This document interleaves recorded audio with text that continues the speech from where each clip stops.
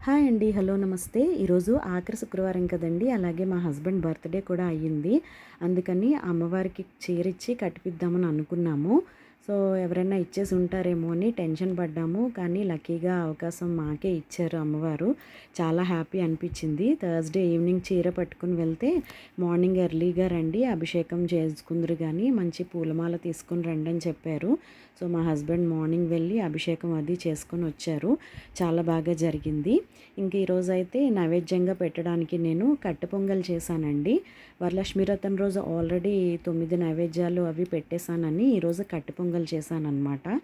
నైవేద్యం పెట్టడానికి. అలాగే పాలు పొంగించి పరమాన్నం కూడా చేశాము.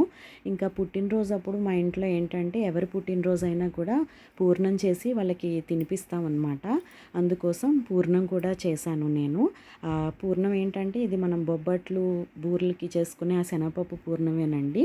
అవి చేసి తినిపిస్తాము. ఇంకొక విషయం ఏం జరిగిందంటే కృష్ణాష్టమి తర్వాత ప్రసాదం అవి ఇస్తారు భక్తులకి. అప్పుడు వెళ్ళి తీసుకోవడం అవ్వలేదు. సో, అది కూడా ఈరోజే అనుకోకుండా వచ్చింది. ఈ కండువా అది కప్పి ఈ కలకండ ప్రసాదం ఇచ్చారట గుళ్ళో. చాలా హ్యాపీగా అనిపించిందండి. అంతా మంచిగా చక్కగా అయింది పూజ. ఇంకా మార్నింగ్ నాకు వెళ్ళడం అవ్వలేదు. ఈవినింగ్ నేను దీపం పెట్టుకుని ఈవినింగ్ వెళ్ళి అమ్మవారిని దర్శనం చేసుకున్నానన్నమాట. చాలా హ్యాపీగా అనిపించింది. అమ్మవారి బ్లెస్సింగ్స్ ఉన్నట్టు అనిపించింది.